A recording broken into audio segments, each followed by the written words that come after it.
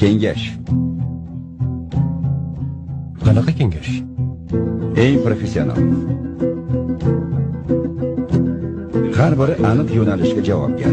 Tashkiliy ishlarga so'roq qaraydi, qurol savdosi lazziyodan so'raladi, qimorxonalar tombalaji Mehmetga qarashli, janjalli ishlarni Testare Nejmiy va uni guruhi bajaradi. Albatta, ularning hammasi maxsus ismlar. Samuel Vanuni pul bilan bog'liq va tashqi masalalar bilan shug'ullanadi. Bu esa advokat Nizomiddin Kuvech, kengashning huquq ishlariga javobgar. Rasmiy gazetada chiqmasa, o'zi bostiradi. Pastdagi burchakda kim bor?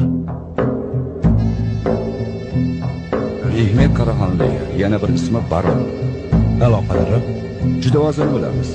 Tushunib bo'lmaydigan odam. Hududlarga bo'lingan hujra sistemasi bilan ishlaydi. Eng yuqorida kengash bor. Kengashning boshida esa Baron turadi.